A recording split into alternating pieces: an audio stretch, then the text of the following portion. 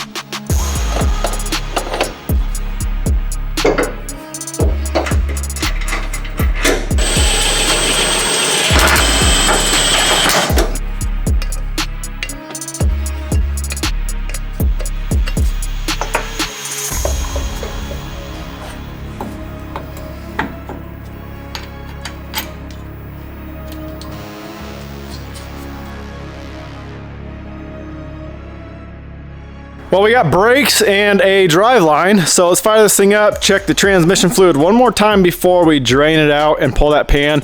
I want to get this thing outside, check it out, go for a little drive, and see how this thing rides, see how it drives. And one thing, we haven't driven it since that transmission was completely apart, so I want to make sure everything with that's good.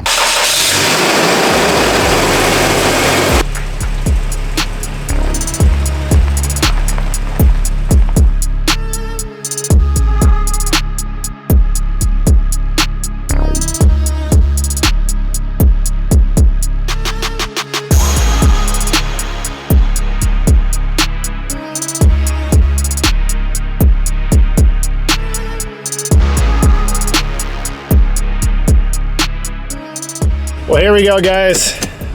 I've driven about 5 feet. So far, it goes into reverse, neutral, and drive, and it's moving. So we did something right with this transmission. I'm stoked. It's always a good day when you can tear something apart, not knowing anything about it, get it back together, and it works. So I don't want to speak too soon, but I think we got this thing dialed.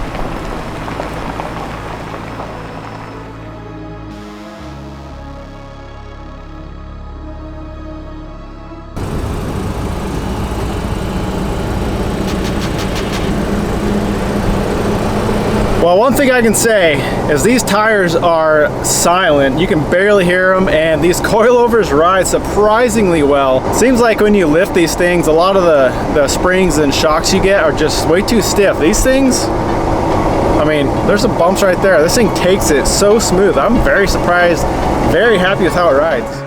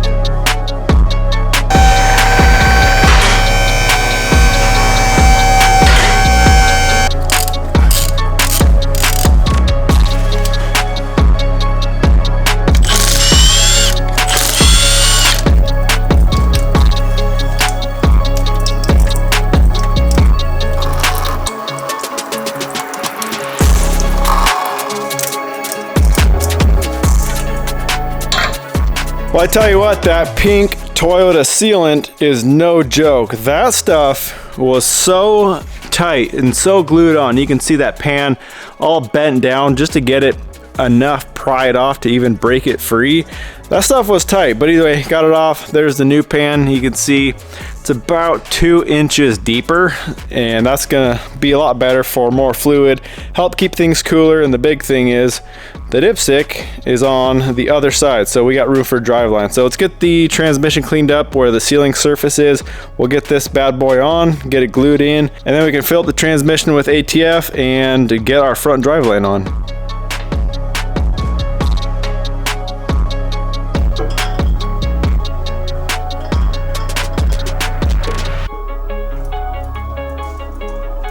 The last piece of the puzzle.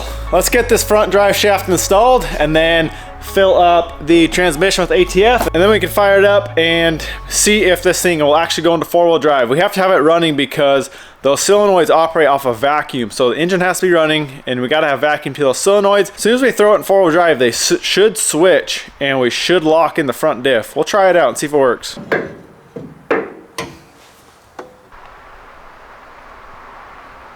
All right, we got ATF. Now the real test. Let's go fire it up, put it in gear, throw it in 4-wheel drive, and see if these front tires are gonna spin.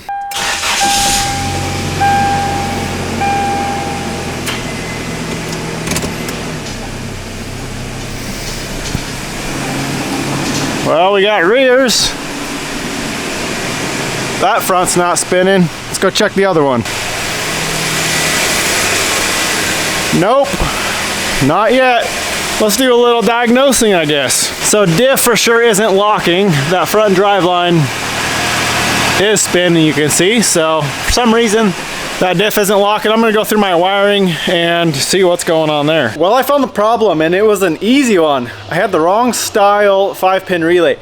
I didn't know there was a difference between 5-pin relays, but there is. So most relays have a little diagram on the top of them, and if it'll focus, that Bosch one right there, you can see on the right, there's 2 87 pins. And the one we're after is an 87 and an 87A, and it switches between the 30 power wire there. You can see 87, 87A there. This one just shows 30 and then 87 and 87. Well, it was just powering both wires to the solenoid, so when the truck was off, both wires would be dead. When I would put it in 4-wheel drive and give that relay a ground, it would power both wires until I switched to this relay with an 87 and an 87A pin.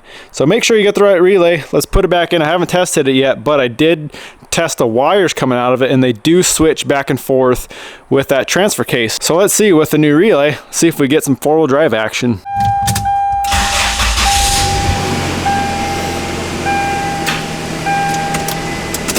All right, look at that. We are spinning. Now let's throw her back in 2-wheel, and that should.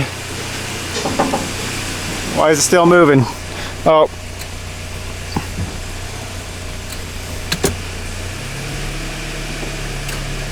There we go. Maybe got to go in neutral. Look at that. Not bad. It's working.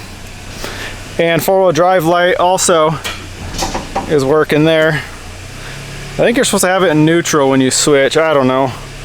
But either way, 4-wheel drive light, 2-wheel, 2-wheel drive light. We are good to go. Well, we did it, guys. 4-wheel drive works. Just make sure, if you're gonna do what I did anyway, basically that standalone harness, make sure you get the right relay. Make sure it has an 87 and an 87A pin. That should be the correct relay. Just make sure they switch between 87 and 87A on the 30 pin. So either way, we got it working. I'm stoked. The transmission pan worked out great.